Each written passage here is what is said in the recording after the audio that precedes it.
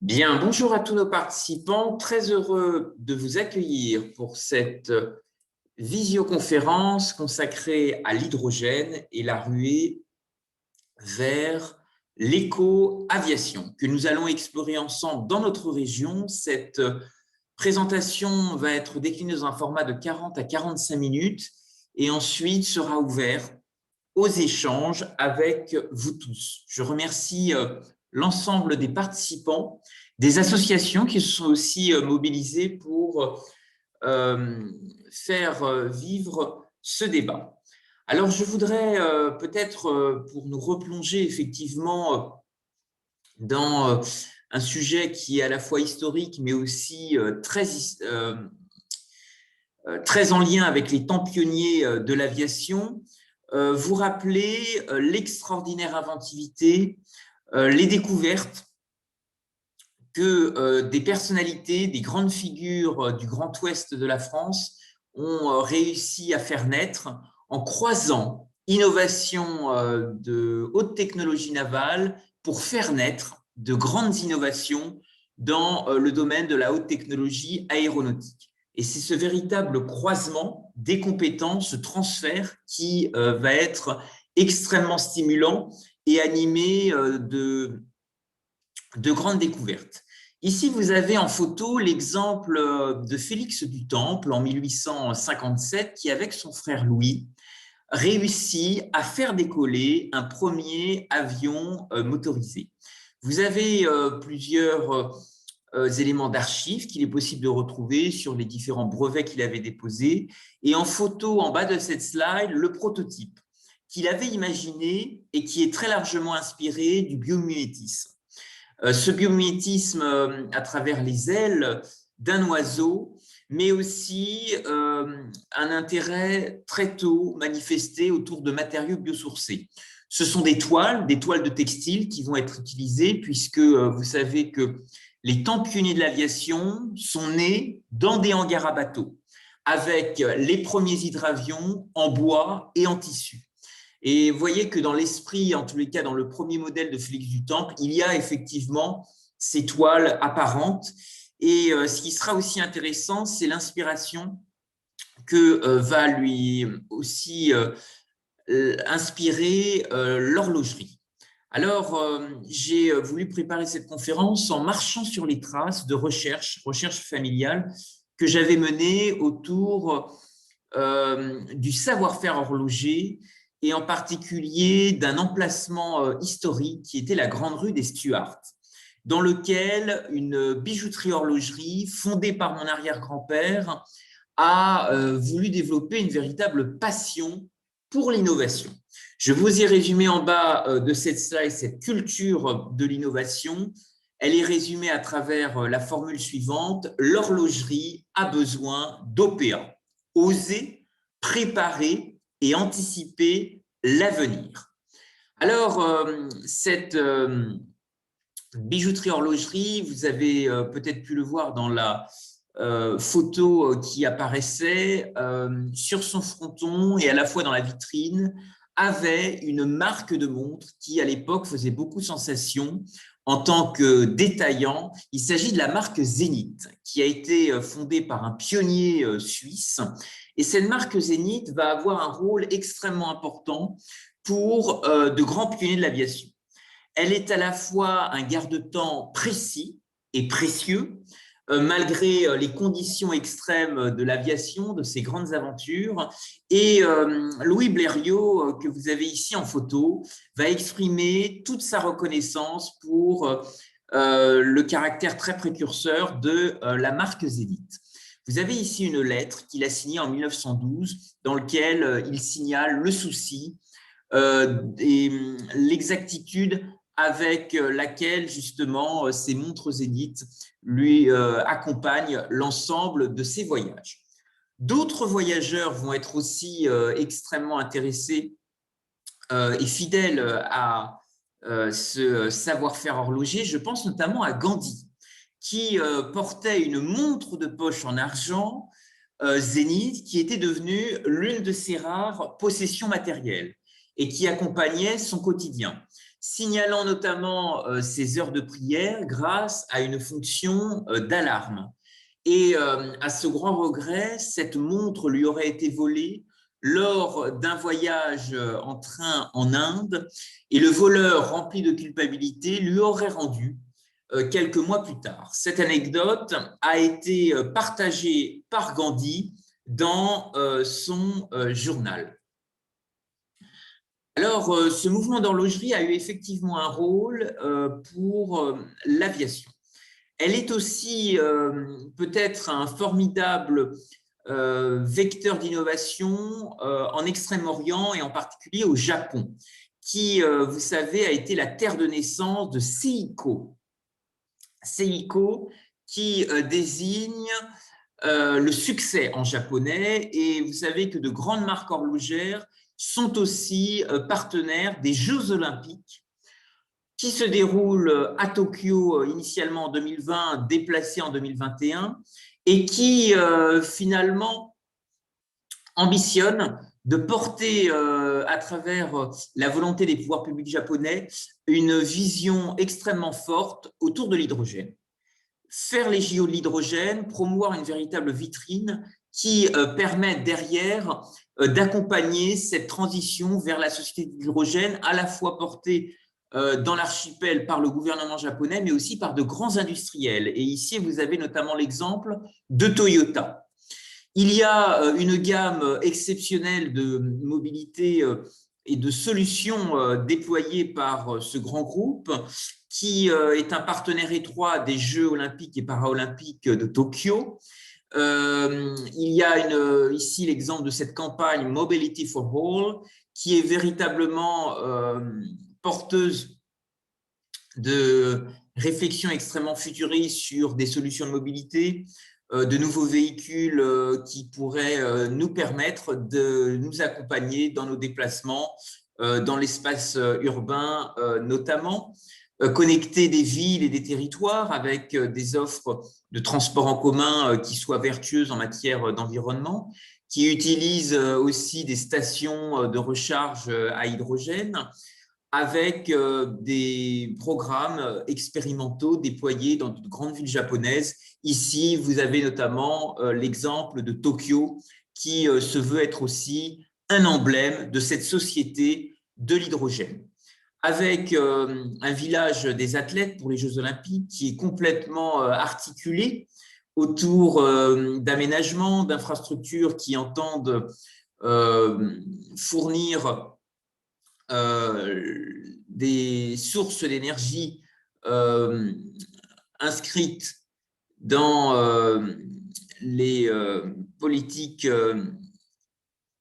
des puissances accueillantes qui vont animer les Jeux Olympiques, avec différents quartiers dont vous avez un exemple ici, et qui est aussi là pour peut-être matérialiser la vision d'une société assez vieillissante qui entend passer de l'industrie 4.0 à cette société 5.0 qui est notamment nos aînés. La silver economy, telle qu'on l'a décrit en Europe, a peut-être évolué sur de nouveaux usages pour promouvoir davantage l'Internet des objets, l'intelligence artificielle, la robotique, les sciences du vivant également, qui peuvent totalement créer et susciter de nouveaux paradigmes pour l'industrie, mais aussi pour les structures sociales. Voyez comment a été effectivement schématisé ici par les Japonais ces différentes évolutions qui sont également perçues sous un angle sociétal. Alors, regardons effectivement comment la nature, le biomimétisme est aussi un formidable élan de créativité et comment il a été par le passé pour guider des aventuriers, des pionniers de l'aviation. Je vous ai parlé de Félix du Temple qui a effectivement beaucoup observé le vol des oiseaux pour ses premiers prototypes, mais nous avons dans notre région aussi des châteaux, des moulins, de grandes propriétés qui, peut-être sans le savoir, ont été véritablement des zones et des sphères d'inspiration remarquables. Je voudrais vous citer ici l'exemple d'un château que vous connaissez peut-être, qui est aujourd'hui un grand parc ouvert au public qui accueille des jeunes, des colonies de vacances et qui s'appelle le parc de la Turmelière. Et ce grand domaine a tout simplement, dans l'origine de son nom, une référence aux tours meulières, les moulins qui existaient en grand nombre sur cet espace de grande hauteur, connecté à la Loire, connecté au fleuve. Et vous savez que l'aviation a été aussi fortement stimulée par des innovations fluvio-maritimes. Alors, ce château de la Turmelière a été fortement développé de façon prestigieuse par l'un de ses propriétaires, Charles Toinet de la Turmelière, et qui avait fait un mariage en tant que notable du pays d'Ancenis avec, pendant la période napoléonienne du Second Empire, avec Adèle Velpeau, dont le père a été un inventeur du pansement éponyme, le pansement Velpeau. Et voyez ici que ce mouvement d'hélice, en tous les cas le mouvement des moulins, a aussi joué un rôle extrêmement important pour encourager et faire naître des innovations en matière aéronautique. Sur les traces justement des temps pionniers de l'aviation, je vous l'indiquais, c'est véritablement une relation très forte qui s'est développée d'abord au contact de fleuves, de rivières, de littoraux, d'espaces côtiers, puisque l'aviation est née dans des hangars à bateaux, avec les premiers hydravions en bois et en tissu. Et la haute technologie navale a nourri justement de grandes innovations aéronautiques avec les canaux planeurs, avec ici cette vieille image sur les bords de Loire qui est assez remarquable du caractère pionnier, défricheur que des porteurs de projets innovants, des industriels, des entrepreneurs ont voulu déployer et mettre en place. Alors la Loire, je vous parle effectivement des innovations fluvio-maritimes. Beaucoup de rivières, de plans d'eau ont été aussi des laboratoires. Des premières ont accueilli des premières tentatives d'expérimentation et très vite, beaucoup d'inventeurs se sont intéressés à la reconversion notamment de bateaux, de navires. Ici, vous avez l'exemple notamment des gabarres qui ont été extrêmement importantes lors du développement de la route du sel.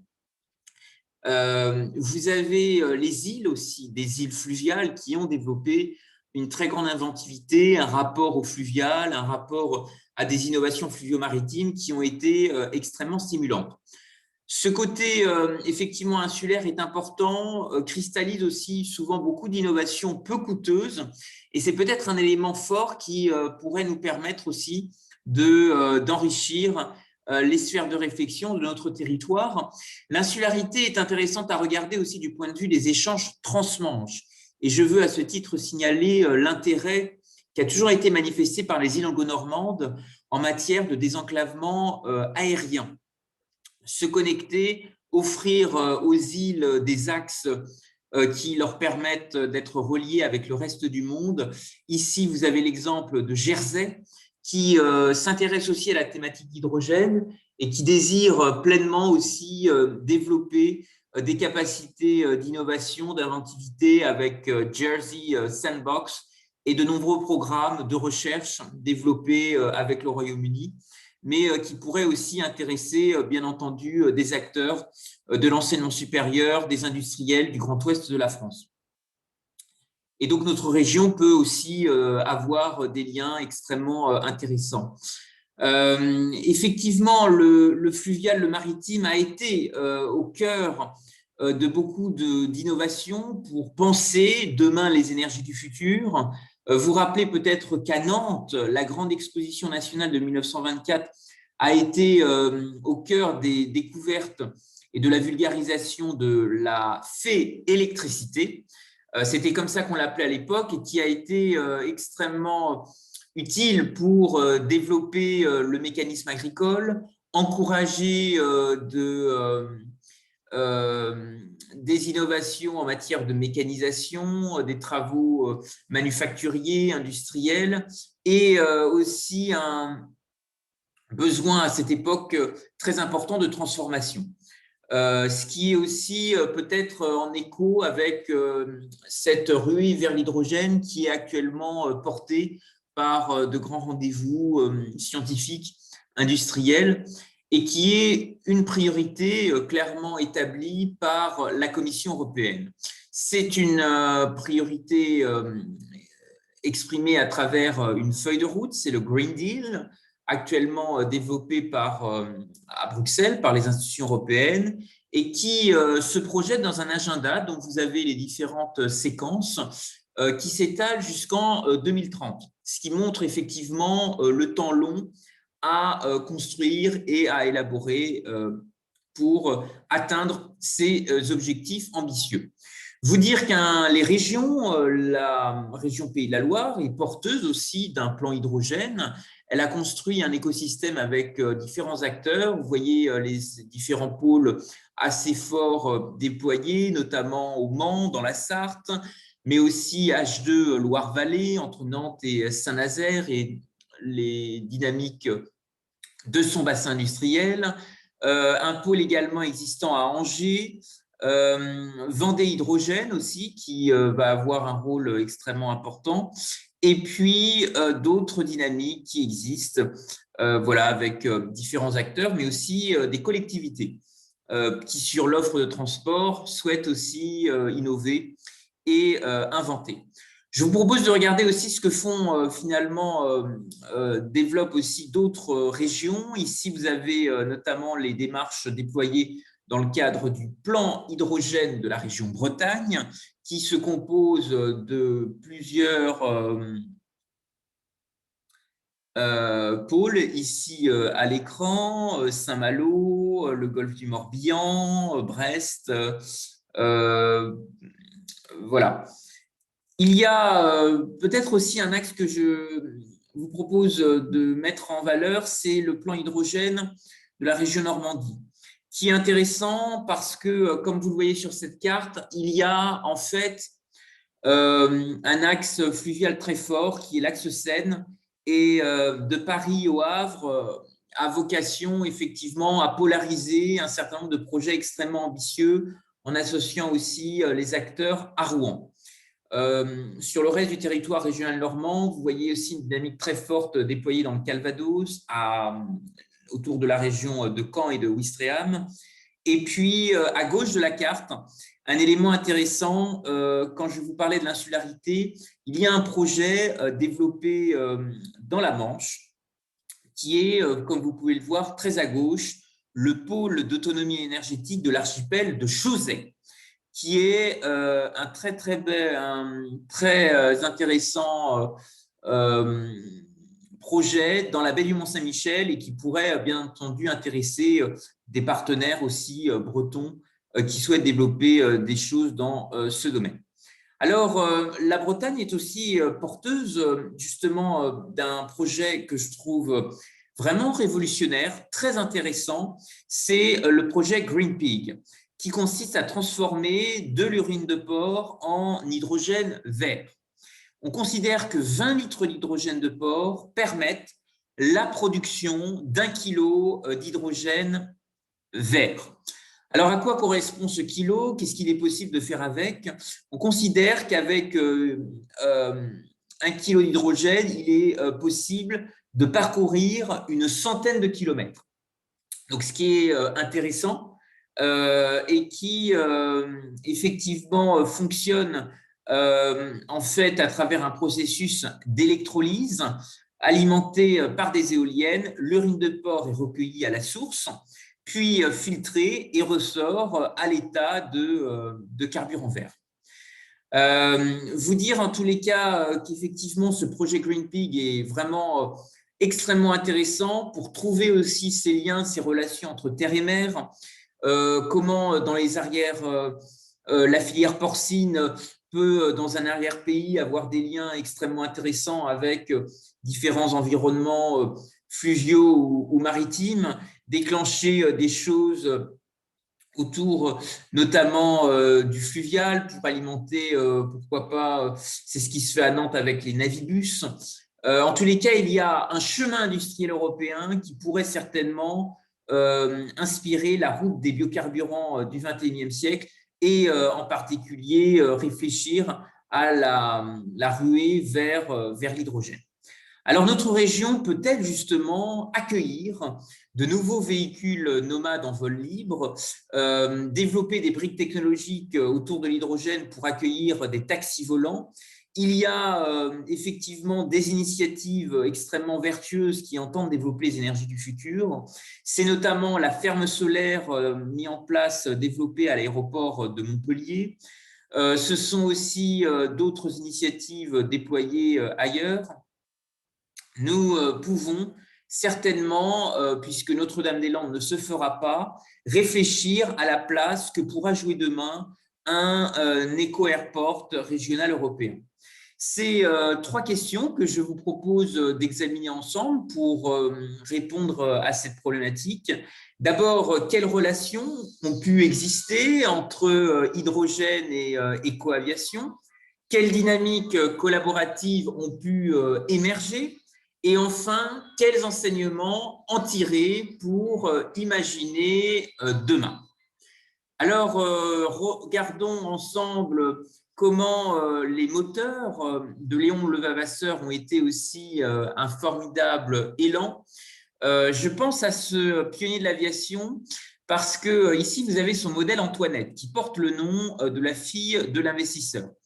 Et en fait, ce qui est extrêmement intéressant, c'est de voir effectivement comment cet inventeur s'est véritablement, et la photo est assez visible à ce niveau-là, comment cet inventeur a voulu utiliser, comme vous voyez ici, un canot de course. Ce canot de course, vous le voyez, et il a été en fait véritablement transformé à travers un prototype qui a été le premier modèle développé par Léon Levavasseur. Alors, regardons effectivement comment nous avons parlé d'abord de Félix du Temple, de son modèle qui est remarquable, que vous avez ici, donc qui est véritablement inspiré du guénétisme, et vous dire que demain, finalement, ces grandes idées qui pouvaient peut-être paraître totalement utopistes stimulent encore de nouvelles réflexions. Et parmi les réflexions innovantes qui se développent, il y a ce projet de Vertiport, développé en Italie sur peut-être les traces de Marco Polo, puisque une agence de design italienne a choisi de travailler avec le constructeur Iwang. Iwang, qui est un constructeur chinois qui entend développer des taxis autonomes volants et qui a notamment signé un accord de partenariat avec la ville de Lyon. Il y a au cœur de notre région des pionniers de l'aviation et je voudrais vous rappeler les quelques figures qu'il est important de connaître. Nous avons parlé effectivement de Félix du Temple, du côté de Cherbourg, Félix Amiot, mais je voudrais aussi vous parler peut-être de pionniers de l'aviation qu'on a un peu oublié sur notre territoire. C'est d'abord Roland Garros qui a passé son brevet de pilote le 19 juillet 1910 à l'aérodrome de Cholet. Antoine de Saint-Exupéry, qui a passé une enfance mancelle dans le département de la Sarthe, qui a été un lycéen au Mans. Le comte de Lambert, Charles de Lambert, qui a été le premier à survoler la Tour Eiffel en avion. Et puis, d'autres dynamiques qui peuvent aussi se développer. Vous dire l'importance effectivement que Léon Levavasseur a eu à produire des moteurs légers et puissants, indispensables au développement de l'aviation. Et enfin, d'autres défis techniques, notamment le fondateur de Manitou, du côté d'Ancenis, Marcel Brault, celui qui manie tout, puisque cette entreprise est toujours pionnière, un leader mondial dans le domaine des chariots élévateurs. Il y a de grands capitaines d'industrie qui sont aussi extrêmement dynamiques. Guillaume Faury, PDG d'Airbus, qui est originaire de Cherbourg. Il y a ici la photo de Félix Amiot, qui était l'ancien président de la Chambre de commerce de Cherbourg. Vous dire qu'il y a eu des événements précurseurs remarquables qui ont été aussi porteurs d'innovation et qui pourront peut-être nous inspirer demain sur la stratégie hydrogène. L'un des événements qui a peut-être été un peu oublié et qui s'appelle le Noël de la fabrique de parachutes mérite un petit détour historique. En 1900, dans les années 30, 1938-1939, une société, l'Aviorex Dreyfus, va ouvrir une fabrique de parachutes. Elle va recruter beaucoup de femmes qui avaient été mises sur le carreau en pleine crise du textile et lors d'un Noël vont être réutilisées des chutes de tissu. Et on va très vite se rendre compte qu'avec ces chutes de tissu, il est possible à la fois de récupérer, de fabriquer des parachutes, mais aussi de transporter du gaz et notamment de l'hélium.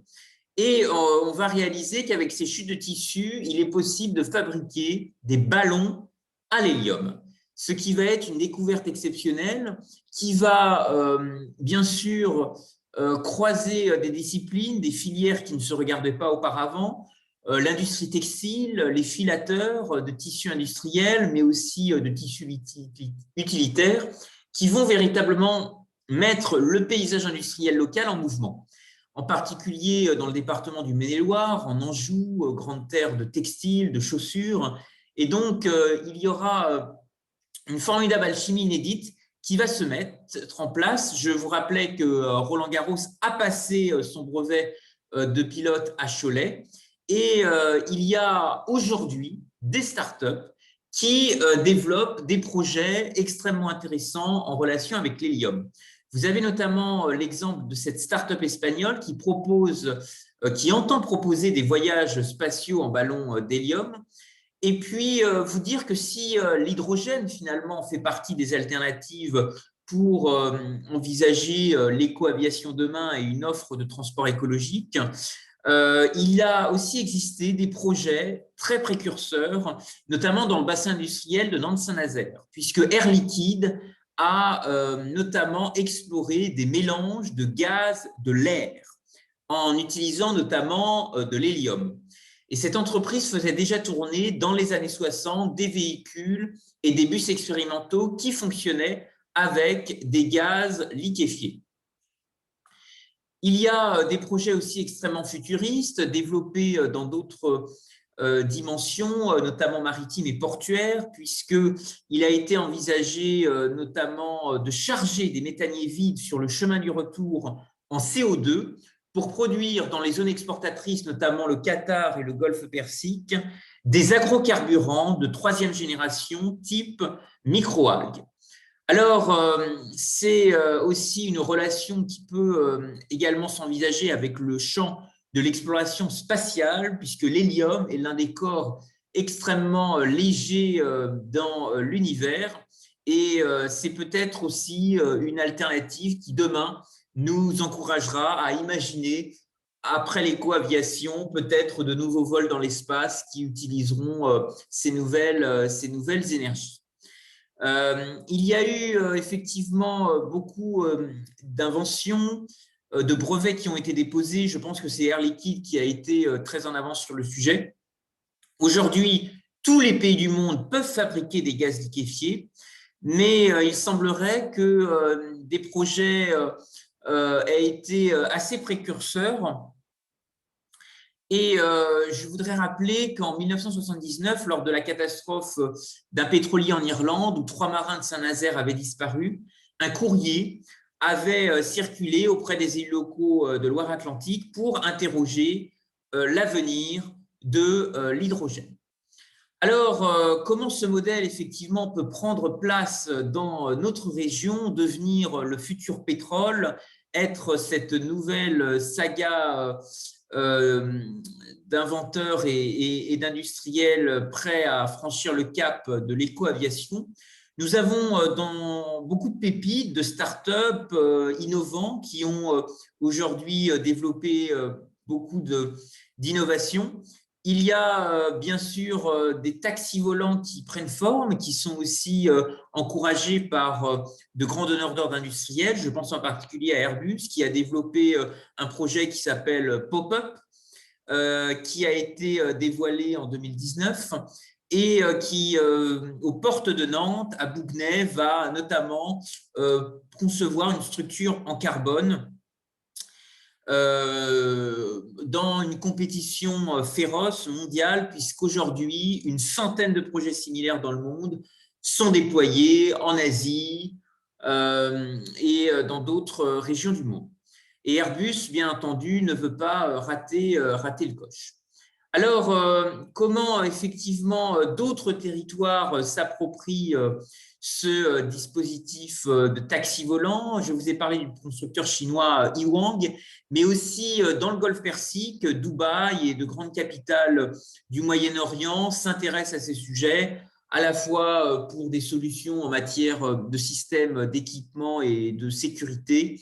Lors de grands salons, des projets ont été présentés pour intéresser justement les différents ministères de l'Intérieur et des différentes agences parapubliques en matière de sécurité qui accompagnent les services de police de ces grandes villes. Il y a effectivement de nombreux projets qui sont actuellement mis en forme. Alors, comment aujourd'hui, et c'est l'un des défis, promouvoir ou permettre au pragmatisme écologique et pragmatisme économique d'encourager l'arrivée d'une éco-compagnie sur notre territoire? C'est l'un des enjeux forts. Nous avons identifié un porteur de projet nord-américain, actuellement à la recherche de transfert de technologie, de transfert d'innovation. Il recherche des partenaires en Europe, il souhaiterait expérimenter sa technologie. Il est aussi en quête d'investisseurs et donc il y a peut-être une alchimie inédite à trouver ensemble et son projet est véritablement extrêmement intéressant pour décloisonner l'innovation sur notre territoire, attirer des porteurs de projets innovants venus d'ailleurs, renforcer l'attractivité internationale de notre région et croire aux dynamiques également transatlantiques qui peuvent se développer sur de nouvelles solutions de mobilité, sur une offre de transport aérien à la demande en pleine mutation. Le projet développé par ce porteur de projet basé à New York, sur la côte est des États-Unis, s'appelle FlyUp. Sa présentation ici est l'occasion de mettre en avant le projet qu'il développe, véhicule nomade en vol libre, qui prend d'abord la forme d'un vélo volant et qui, à terme, pourra se décliner en taxi volant. C'est un projet qui peut associer des acteurs industriels, de recherche, d'enseignement supérieur de notre région. Je laisserai les coordonnées de ce créateur à la fin de cette conférence et vous pourrez vous mettre en relation avec lui si vous souhaitez développer peut-être des collaborations, envisager ensemble des perspectives communes. Il y a certainement des briques technologiques en Europe qui peuvent se construire autour de l'hydrogène et croiser effectivement les acteurs est quelque chose d'extrêmement intéressant. Alors, à ce titre, il a été envisagé pendant un temps de peut-être modifier ou en tous les cas faire évoluer l'offre de transport à la demande. Et notamment, c'est un travail qui a été mené en 2007 à travers la commission Attali. 300 décisions pour changer la France. Vous savez que la commission Attali avait planché sur un rapport pour la libération de la croissance française. Il s'agissait à l'époque de supprimer les rentes, réduire les privilèges et favoriser les mobilités.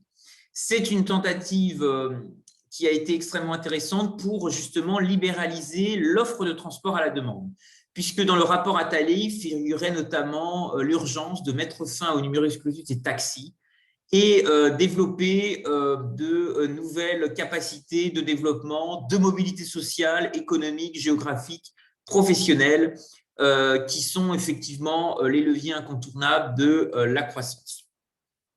Il y a eu un échelon plutôt européen, la directive service en 2006, qui a été aussi une tentative de libéraliser l'offre de transport à la demande, certes imparfaite, puisque la transposition a mis énormément de temps à se décliner par l'intermédiaire des gouvernements nationaux, mais en tous les cas, ce texte a apporté aussi un contenu programmatique extrêmement fort.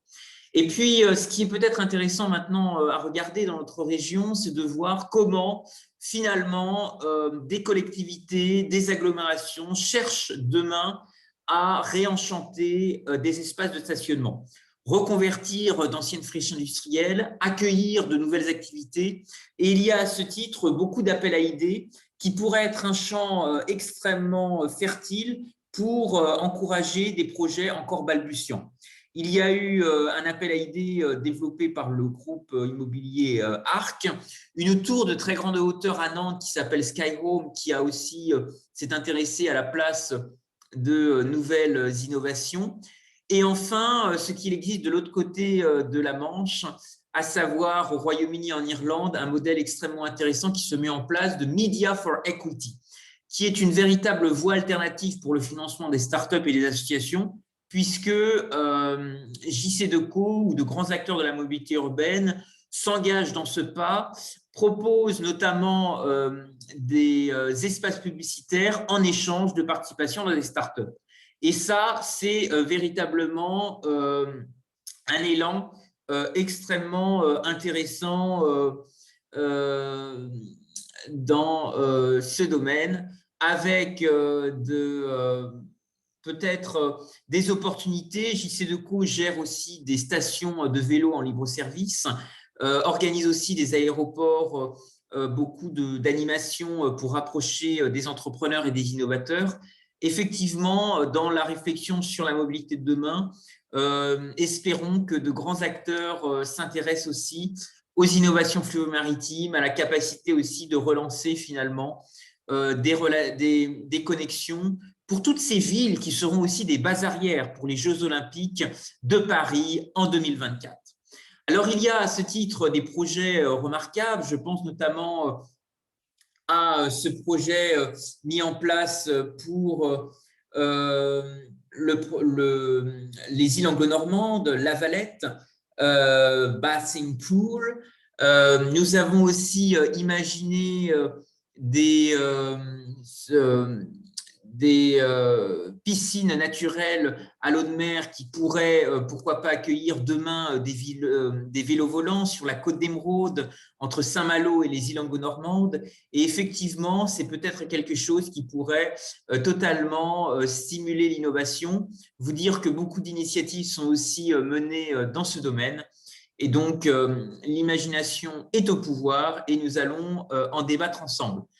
Sans bien entendu occulter la question des financements innovants, il y a dans notre région, dans notre territoire, une formidable énergie citoyenne. D'abord, ces premiers parcs éoliens citoyens qui sont nés dans le Grand Ouest et peut-être aussi des incitations extrêmement positives qui ont été encouragées par des think tanks.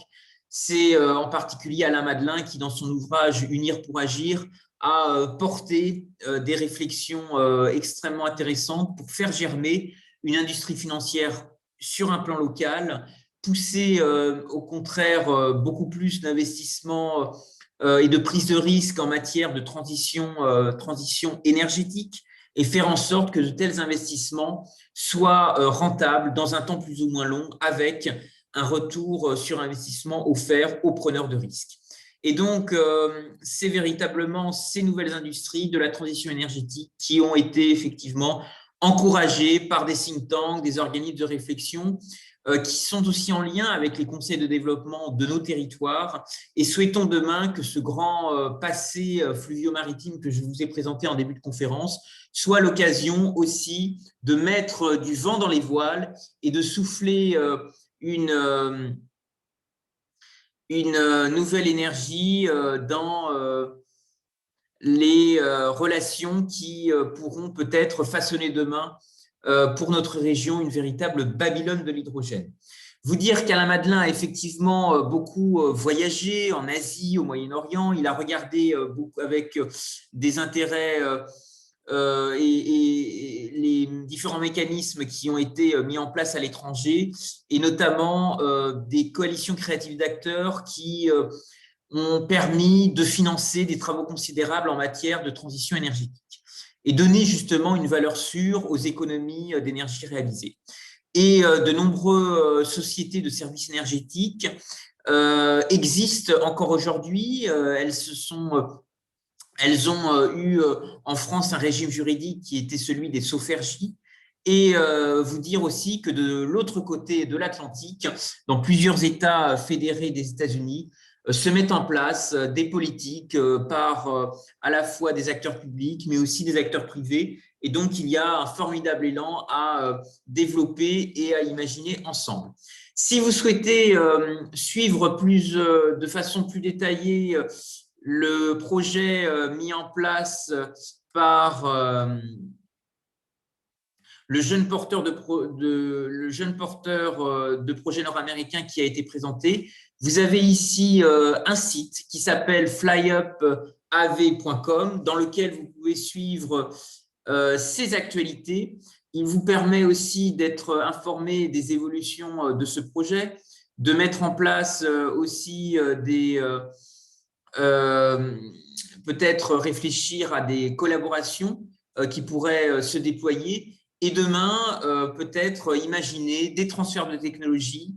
Notre région peut certainement imaginer de nouvelles briques technologiques pour l'avenir de l'hydrogène, pour cette ruée vers l'éco-aviation. Je voudrais vous remercier à tous pour votre attention et vous inviter maintenant à ouvrir les échanges. Merci à tous pour votre écoute attentive et je me tiens à votre disposition si vous souhaitez réagir, faire part de vos réactions, de vos questions. Peut-être que dans vos différents voyages, vos différents déplacements, vous avez aussi vécu des expériences similaires. Je vous encourage à suivre ensemble ces évolutions et vous pouvez utiliser la bulle de discussion aussi si vous voulez écrire. Merci à tous.